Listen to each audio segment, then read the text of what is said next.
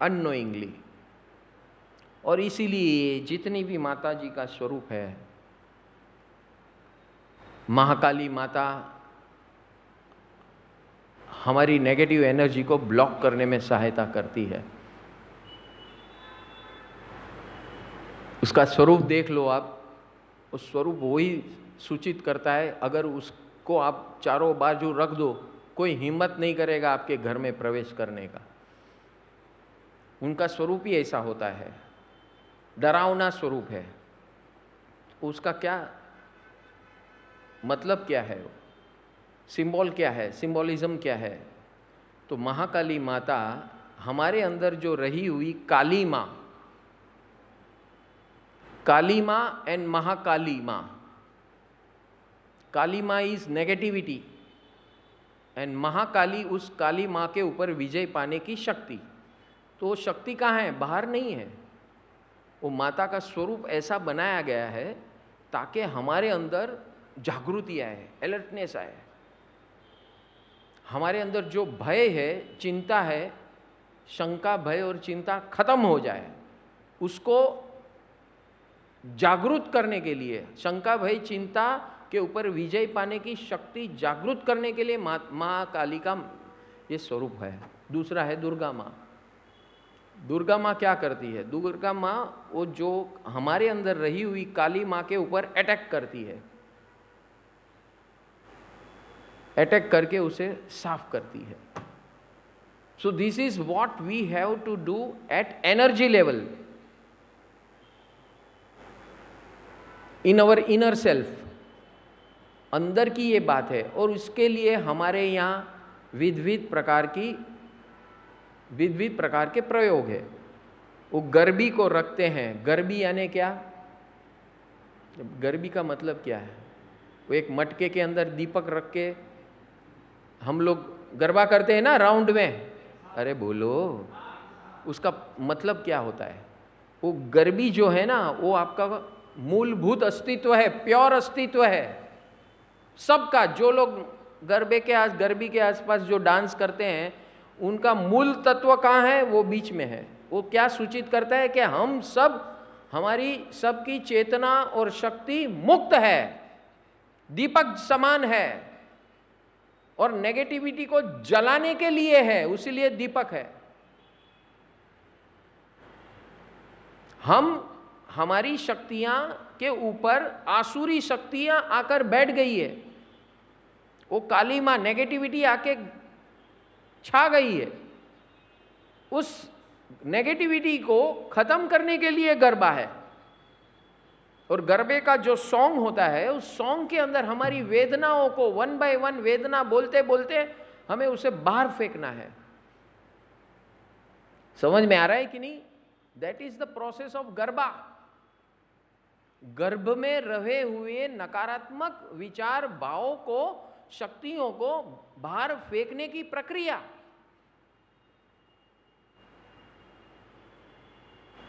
So that is the science of Garba, and this is how in our Indian tradition this Garba is made up of.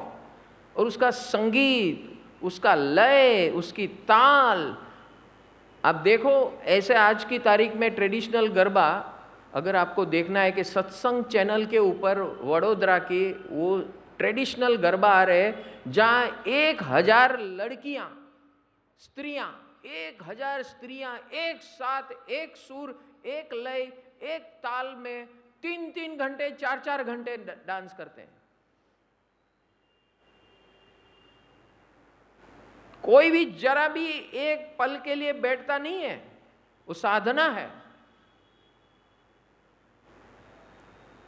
रोज जो कराने वाले संस्थापक है, वो भी एक स्त्री है, वो गुरु मैया है। वो सबको पहले ट्रेन करती है before this.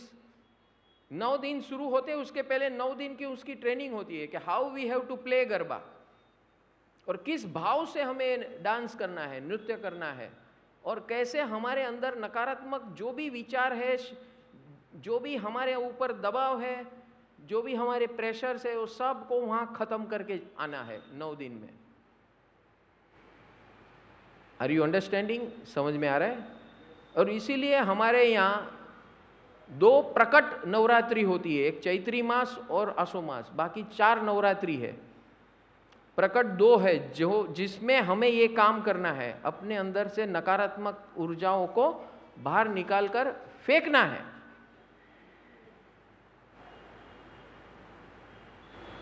So this is how this process is made up of. और उसका फल क्या है? आनंद, गज गज आनंद। जो भी विघ्न है, जो भी अंतराय है, जो भी ऑब्स्टेकल्स है, सबको तोड़ना है। कुछ भी हो, कुछ भी हो, उसको तोड़ के ही आना है।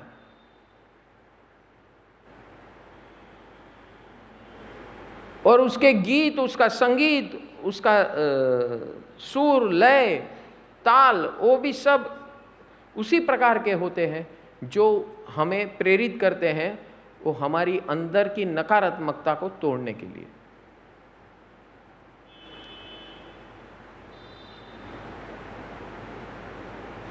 और हमारी भारतीय परंपरा के अंदर स्त्रियों के लिए खास ये गरबा का आयोजन इसीलिए होता है क्योंकि आज भी और पहले भी स्त्री को कहाँ भी अपनी अभिव्यक्ति करने का मौका नहीं मिलता है।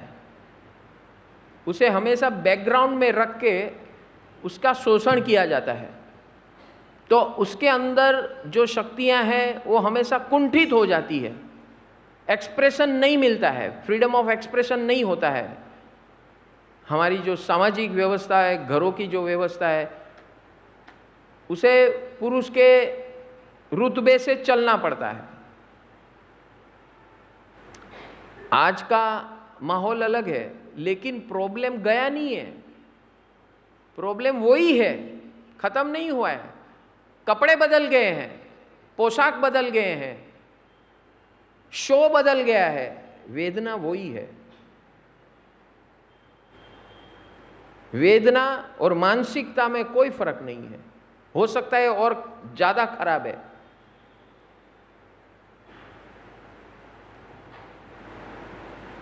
और इसके अंदर स्त्री ही स्त्री को परेशान करती है। स्त्री यानी कोई व्यक्ति नहीं है, स्त्री यानी स्त्रैण गुण, प्रकृति, पुरुष और प्रकृति। प्रकृति यानी स्त्रैण गुण, शक्ति का गुण। और इसीलिए हमारे यहाँ माता जी का महत्व, हर नुक्कड़ पे आपको माता जी का मंदिर मिलेगा। उसका कारण ही ये है कि माता जी का मंदिर जो होता है हमारे अंदर की शक्ति को मुक्त करने का स्थान है। हमारे अंदर दबी हुई जो शक्तियां हैं, शोषित एनर्जी है, उसको स्थान मिले, जगह मिले, स्पेस मिले।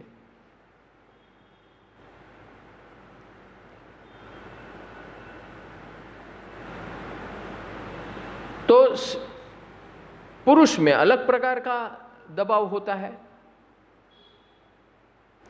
तो स्त्री और पुरुष के अंदर, दोनों के अंदर जो शक्तियां हैं वो अलग अलग माध्यम से सप्रेस होती है। वो सप्रेस्ड एनर्जी को फ्री करने का ये प्रोसेस है नवरात्रि शक्ति आराधना। और इसीलिए प्रोसेस पहले 3 दिन में सीख कर 6 दिन उसका आनंद उत्सव करना है, और 10वें दिन विजयादशमी, यानी पूरी शक्ति आपकी फ्री हो गई है। विजयादशमी यानी विजय का celebration, celebration of all the divine energy with in you. तो 9 दिन के अंदर आपने जो नेगेटिविटी निकाली और डिविनिटी ग्रहण की, उसका सेलिब्रेशन है विजयादशमी। जो ये करता है, मेथोडिकली करता है, सिस्टमेटिकली करता है, उसको ऐसा परिणाम मिलता है, मिलता है, मिलता है।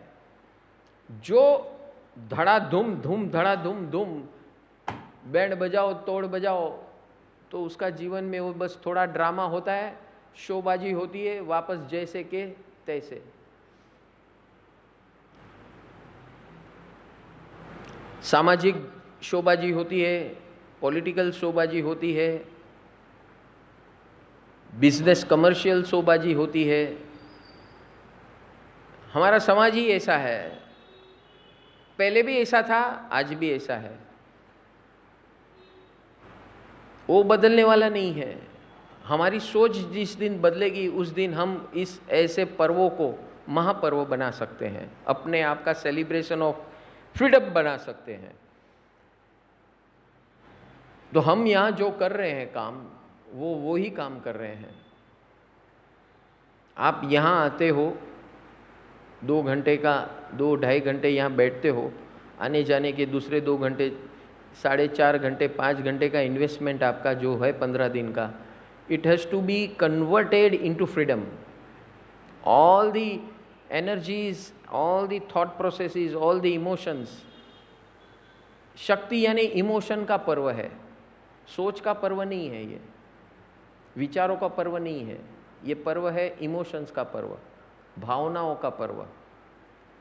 इंसान 90% इमोशन से मरता है या एंजॉय करता है, 2 में से एक। कोई भी हो, पुरुष हो या स्त्री हो, वो एंजॉय करता है इमोशन से, भावनाओं से, और वो भावनाओं में बंध जाता है और भावनाओं में खत्म हो जाता है। तो उस भावनाओं को, कुंठित भावना, सप्रेस्ड भावनाओं को मुक्त करने का ये महापर्व है। और इसीलिए ये गजानंद चौथे दिन, ये we have to remind ourselves, yes I am here in this world to enjoy my existence. मैं इस दुनिया में एंजॉय करने आया हूँ, ये हमें अपने आप को याद दिलाना है। और ये जितने भी देवी देवताओं का नाम स्मरण, मंत्र स्मरण हम जो भी कर रहे हैं, that all are helping me to come out from my suppressed energies. दबी हुई दमनात्मक शक्तियों से मुक्त होने का ये महापर्व है। और जब हम ऐसी इस प्रकार की प्रक्रिया से पास होंगे तो ऑटोमेटिकली समृद्धि जिसे कहते हैं, prosperity comes on its own. Mahalakshmi उसके घर जाती है जिसकी एनर्जी फ्री हो चुकी है। जो अपने आप को फ्री करता है, महालक्ष्मी उसे वंदन करती है, उसके चरण छूती है। और जो ऐसा नहीं करता है वो महालक्ष्मी के चरणों के पीछे दौड़ता है और उसके चरण कभी मिलने वाले नहीं है। महालक्ष्मी बोलती तू अपना ये ठीक ठाक कर पहले, तब मैं तेरे घर में अपने आप आ जाऊंगी, बुलाने की जरूरत नहीं है, मेरे पीछे दौड़ मत। और हमारा क्या है, टोटल उल्टा है। किसी ने ये बताया नहीं है आपको इतने सालों में। और हम लोग किसके पीछे दौड़ते हैं? हमारा 1 point programme of whole life is what?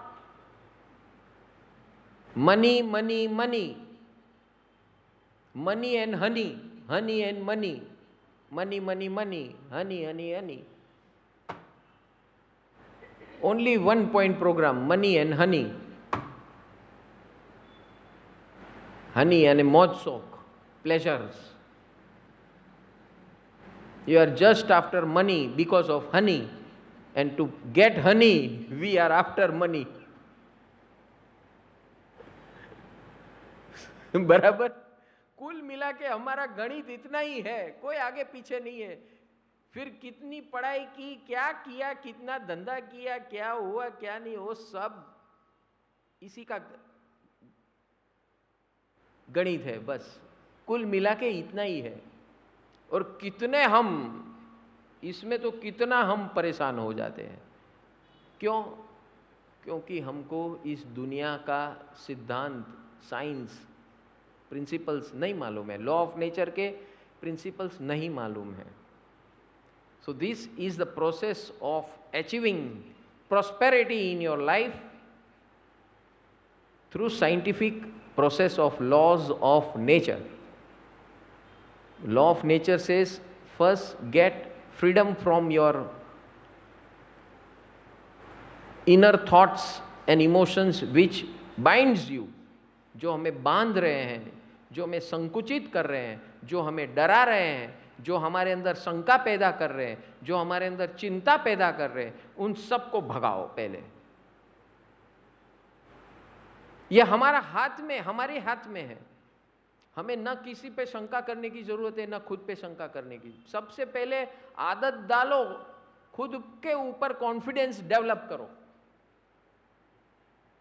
You are everything for what you are. भगवान ने आपको सब कुछ दिया है, जो दूसरों को दिया है वो आपको दिया है, जो भगवान के पास स्वयं है वो भी आपके पास है। Just because of your ignorance, हमारा अज्ञान या विपरीत ज्ञान, जो सिद्धांत है लॉ ऑफ नेचर से उल्टा ज्ञान हमारे पास है, वो हमें शंकामय बना रहा है, भय क्रिएट करता है, फियर क्रिएट करता है, और वो फियर चिंता में कन्वर्ट होता है। और चिंता जब हमारे से सहन नहीं होती है तब हम क्या करते हैं, वो चिंता निकालकर हमारे सामने जो आता है उसके ऊपर फेंकते हैं आक्षेप के स्वरूप में। This is what we do. आक्षेप कौन करता है? जो चिंता डाइजेस्ट नहीं कर सकता है वो दूसरे पे आक्षेप कर देता है, वो अपने आप को फ्री समझता है, इल्यूजन, भ्रम पैदा करता है। हाँ, मैंने तो मेरे इसमें जीवन में इसके कारण है, चलो उसका कारण वो है, वो भ्रम में घूमता है। हाथ में क्या आएगा? कुछ नहीं आएगा आक्षेप करने से।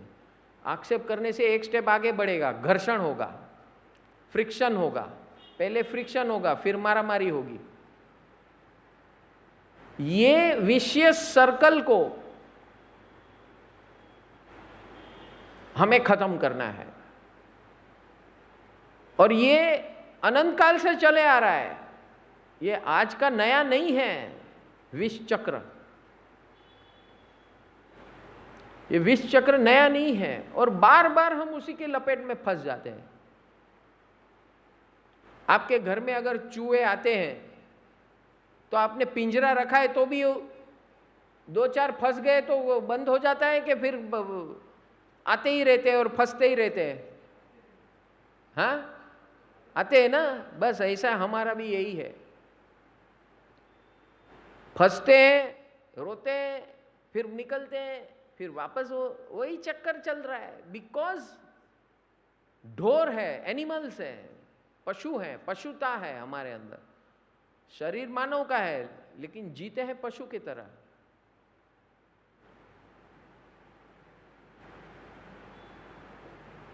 और भोग विलास और धन संपत्ति, पावर, सत्ता, संपत्ति, भोग विलास के पीछे दौड़ते हैं।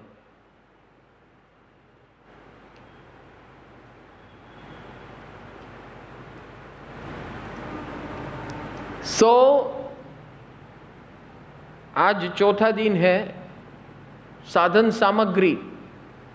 लाइफ को जीने के लिए we need objects to live our life. घर चाहिए, रोटी कपड़ा मकान चाहिए, गाड़ी चाहिए और बहुत कुछ चाहिए। सो इसे साधन सामग्री कहते हैं। और इसी के पाने के चक्कर में हम समझते हैं कि ये साधन सामग्री आ जाएगी तो हम बहुत बड़े खुश हो जाएंगे।